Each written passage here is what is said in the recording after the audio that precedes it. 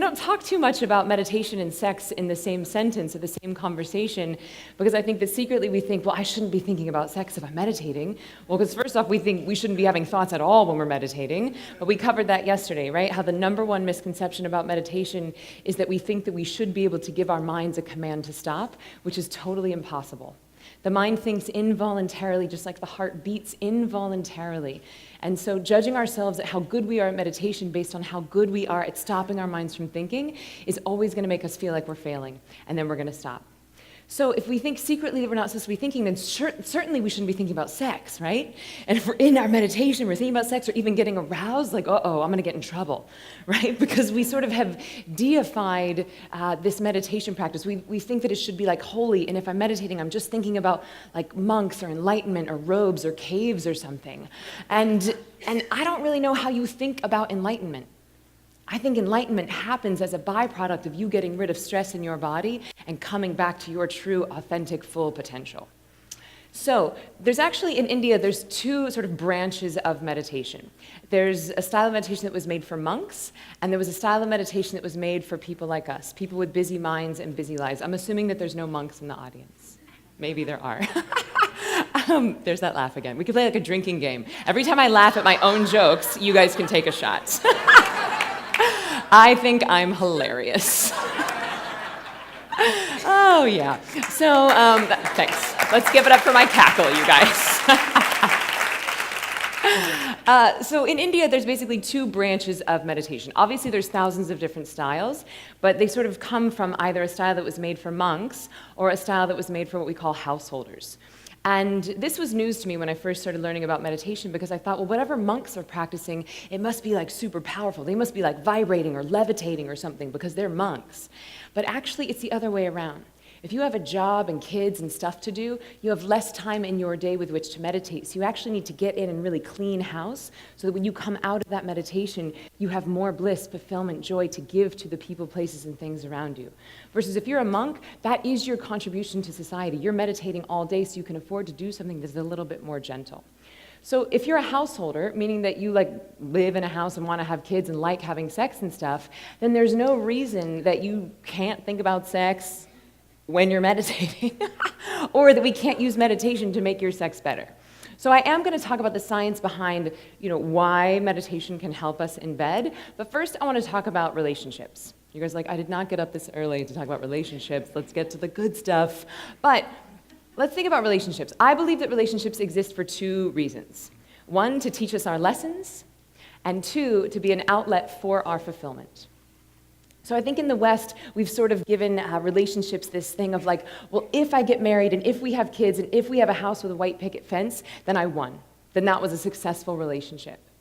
But I want you to think back to the relationships in your lives, and my hypothesis is that you've had lots of successful relationships, even if you're not still with this person. I really believe that each new person, each new relationship, it's like a new syllabus. It's like a new grade in school, and if you learn the lesson, then you get to up-level to a new grade, to a new lesson. You keep just attracting more and more beautiful people into your life. So that's thing one. Relationships exist to teach us our lessons. Thing two is that I believe that relationships are an outlet for our fulfillment. They are not a place that we can go to fill ourselves up. And secretly we know this, but Hollywood has sort of screwed us on this one a little bit with three little words: you complete me. You don't complete me. You can't complete me. If I am 80% fulfilled and I go into a relationship looking for the other 20%, I am always going to be disappointed. Because guess what, you guys? Your bliss lives in one place, and that is inside of you. And it exists in one time, and that is right now. And if you don't have the ability to experience that bliss and fulfillment inside of you and right now, it's not going to happen on the other side of some magical person. It is not going to happen on the other side of some knight in shining armor, or the hottest lady in the room. It doesn't matter how amazing that partner is. And then what happens is we've got, like Carl was saying, we have this I'll be happy when syndrome. I'll be happy when I'm in this relationship.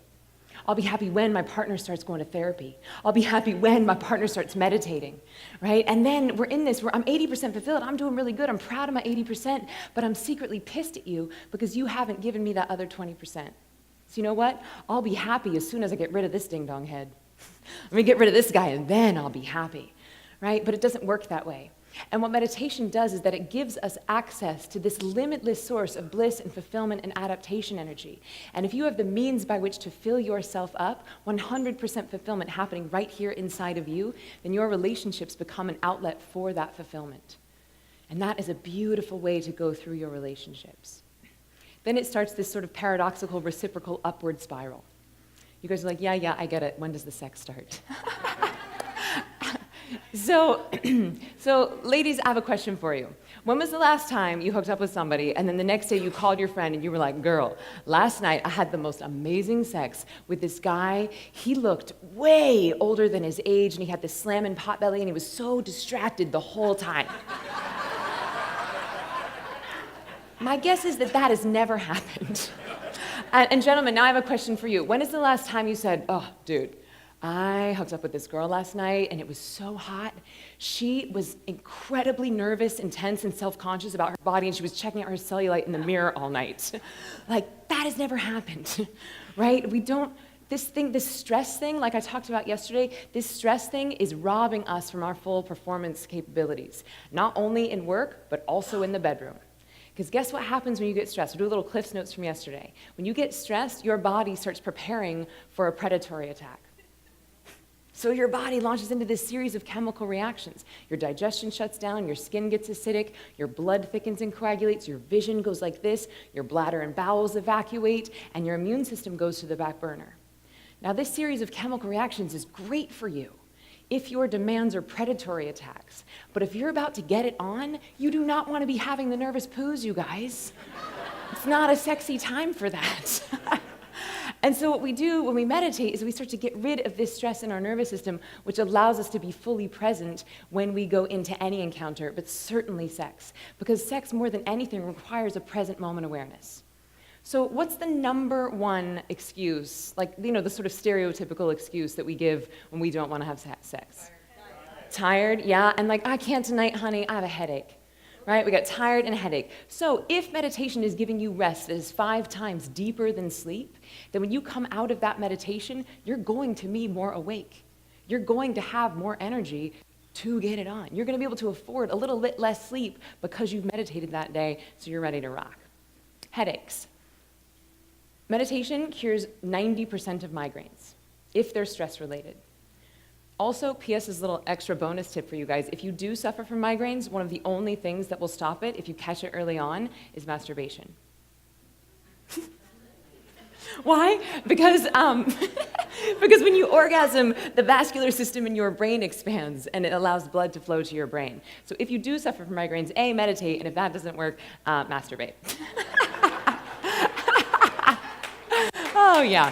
Thanks. Yes. Let's hear it for masturbation, you guys.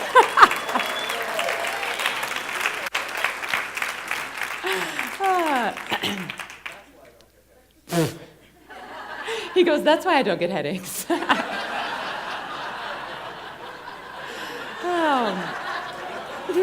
I sure do love you guys.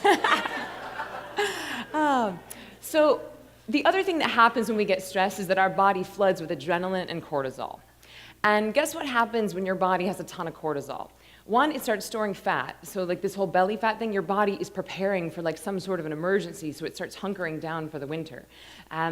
The other thing that happens when you have cortisol is that it will cause erectile dysfunction. And it also, if women have a certain level of cortisol in their body, they are physically incapable of orgasming. So this is not like just a hippy-dippy, like, oh, if you meditate, you'll be more present and you'll see each other's chakras and things. It's like, no, if you're too stressed, you can't orgasm. And so, you guys, why are we doing this to ourselves? Why are we running around so stressed about everything instead of enjoying things in the right now? And the good news is there's simple solutions. Exercise every day, meditate, do yoga, so that you're prepared to give your partner your all. And then finally, orgasming. Orgasming is one of the things that can only happen in the right here and in the right now. You're never going to have an orgasm in the future. You're never going to have an orgasm in the past. It is the only thing that happens right here, right now, just like bliss and fulfillment. And as I said yesterday, Ziva is a Sanskrit word that means bliss. It's also a word that means radiance or kindness. And the more you start meditating, the more you start to access this bliss inside of you, and then you have more of it to give to your partner, to your fulfillment. And then it starts this beautiful reciprocal upward spiral of the more you give, the more you get. And then finally, and this is the most fascinating thing that happens in meditation, is that it starts to increase something called mirror neurons. Has anyone here heard of mirror neurons? It's a relatively recent discovery, but they're saying that mirror neurons will do for psychology what DNA did for biology. So here's the Broadway showgirl's description of mirror neurons. I am not a neuroscientist, but I just pretend to be one sometimes. So mirror neurons, the way I understand them, it's like you have little boomerangs in your brain. Okay, and it's like these boomerangs go out and they interact with someone else's mirror neurons, and then they come back and they report that data into your brain. It's like, you know, your friend walks into a room and she's in a bad mood, and before she says anything, you're like, "Ooh, honey," you can just feel that she's sad. That's mirror neurons. You know, you walk into a yoga studio and it feels really good. That's mirror neurons. And the more you meditate, the more you increase this mirror neural activity. So if I were to have like a knife up here and I were to slice my hand, you would go like it would hurt you a little bit. That's mirror neurons. Mirror neurons are the reason that porn is a multi-billion-dollar industry. We watch someone else having pleasure and it gives us pleasure. So if you start meditating, you start increasing these mirror neurons in your brain, you're actually going to get more pleasure from watching your partner have pleasure, which is going to make you a more generous lover. And we get what we give. The more you give something, the more you receive it. And so it really starts to create this beautiful flow and spiral. So I think that's plenty of talking about meditation. Why don't we try a little something? You guys ready to try a little something? Great. I'm going to pull over my chair.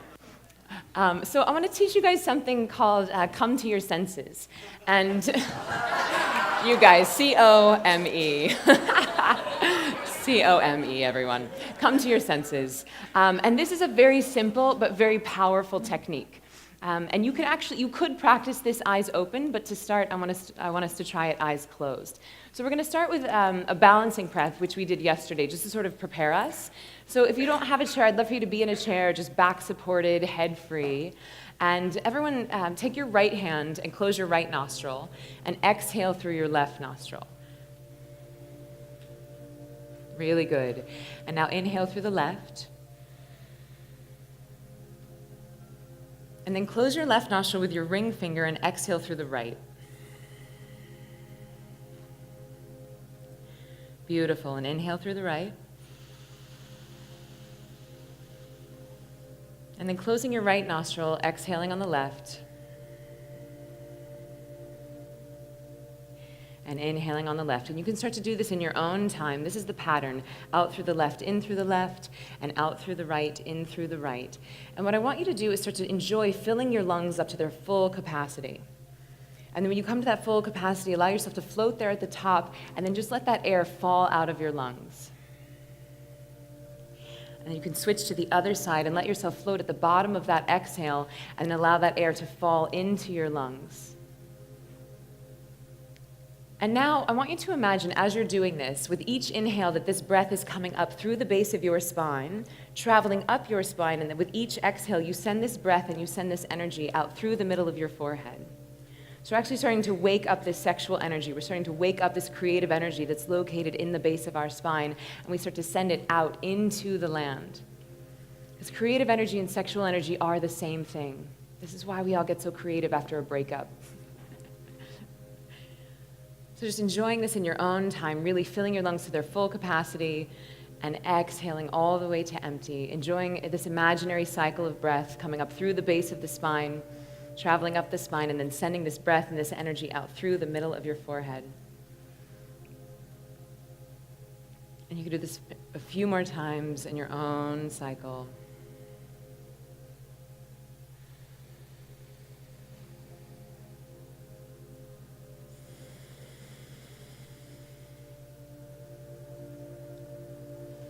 Really good. And the next time you come to an exhale on the left, you can keep your eyes closed and drop your hands into your lap. And I'm going to walk you through this visualization called Come to Your Senses. And we're really going to be waking up our 5 senses, because this is the way that we experience life right now, through our 5 senses. So just really easily, now we can bring our breath back to gentle, easy. We don't have to force it, we don't have to push it. We're just allowing the breath to easily flow in and out. So on your next inhale, I want you to hear what you're hearing. Just keeping the eyes closed and waking up your sense of hearing. And I want you to notice the most prominent sound you can detect. For most of us, it'll be my voice or this music that's playing, but just hearing the most prominent sound happening in the room.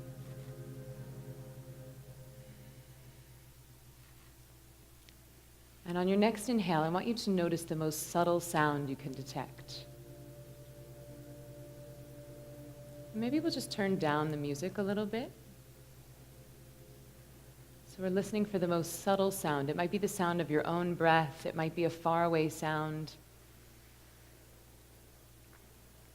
Really good. And on your next inhale, I want you to bring your awareness to your sense of touch, to your tactile sensation, and notice the most prevalent tactile sensation happening in your body right now. For most of us, it'll be our bums in the chair, or maybe you're having a pain in your knee, or your heart is racing, but just noticing the most prevalent tactile sensation right now.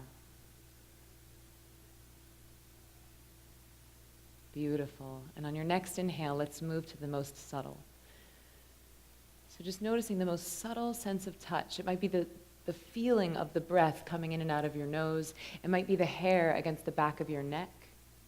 It might be the air conditioning gently floating against your skin. Just noticing the most subtle tactile sensation. Really good. And now, even with your eyes closed, I want you to move your awareness to your sense of sight. Just really see what you're seeing. With your eyes closed, it might simply be blackness.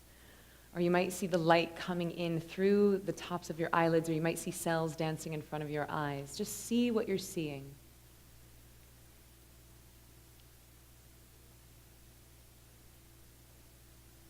Really good.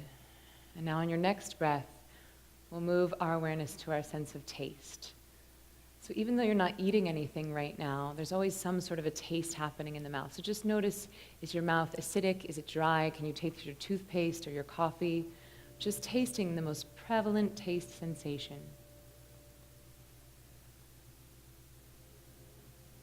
And on your next inhale, we're going to move to the most subtle.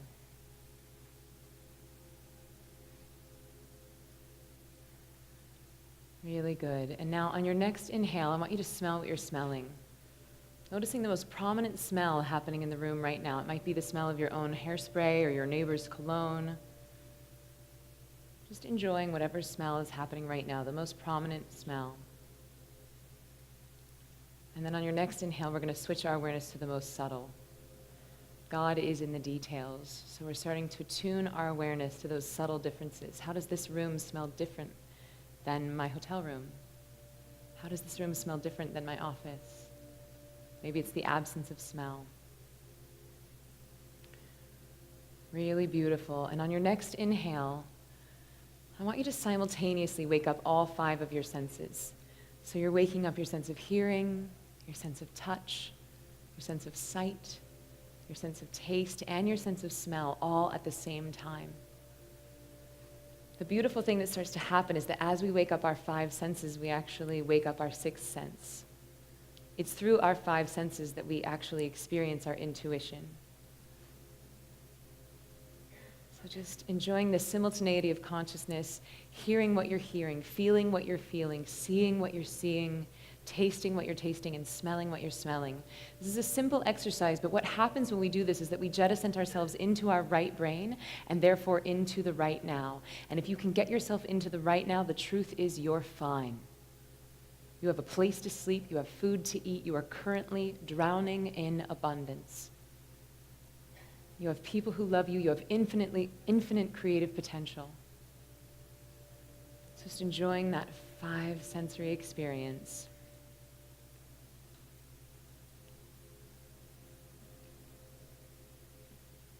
And keeping your eyes closed, I want you to breathe in the word let and breathe out the word go. Again, breathing in the word let and breathing out the word go. Giving over to this beautiful, powerful surrender. reminding yourself that surrendering does not mean giving up. It means surrendering to something that is infinitely smarter than you and more powerful than you, which is nature, your intuition, which we access through our five senses.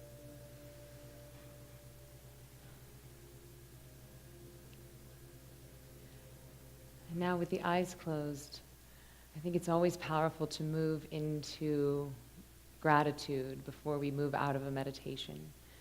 So taking a moment to think of 5 things that you're most grateful for in this moment, right now. It could be as simple as air to breathe, food to eat, people who love you, the incredible people that you've met, the teachers that you've had in your life. Whatever it is for you, just giving thanks. Again, it's a simple exercise, but it's incredibly powerful. It starts to retrain our brain to look for what's going right, and what we put our attention on grows. And taking a nice deep inhale, breathing life and energy and present moment awareness and sexiness into your body, letting that sexiness vibrate through your whole being, through every cell of your body, reminding yourself that you are fulfillment looking for need, not the other way around. You are not neediness looking for fulfillment anymore. You are fulfillment looking for need. And just letting that fulfillment and that bliss, that radiance and that sexiness vibrate through every cell in your body. And in your own time, whenever you're ready, we can start to easily, gently open the eyes.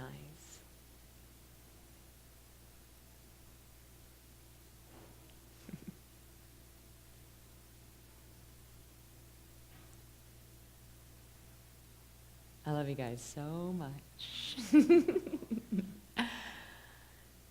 So this come to your senses thing, we just did it with our eyes closed, but I'm not kidding when I say that's something that you can do in your waking state. You're waiting in line at the post office, you're in a taxi cab and you're running late, or you're in the shower about to get it on with your partner. You can walk yourself through this come to your senses technique. It's simple, but it's incredibly powerful.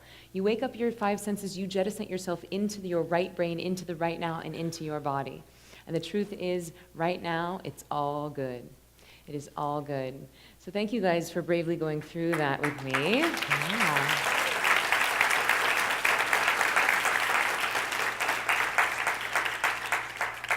After our morning session, I'm going to set up a little table out in the lobby. So if you have any questions about meditation, or if you want to learn more about Ziva Mind, which is the online meditation training, I'd be happy to answer your questions. But I just want to leave you with this. If you've ever tried meditation and felt like you were failing because you couldn't stop your mind from thinking, please don't rob yourself of a lifetime of bliss and fulfillment based on misinformation. Simply get a teacher that you trust, get a bit of training, and allow yourself to step into your full potential, because you deserve it, and so do all the people around you. All right, thanks you guys.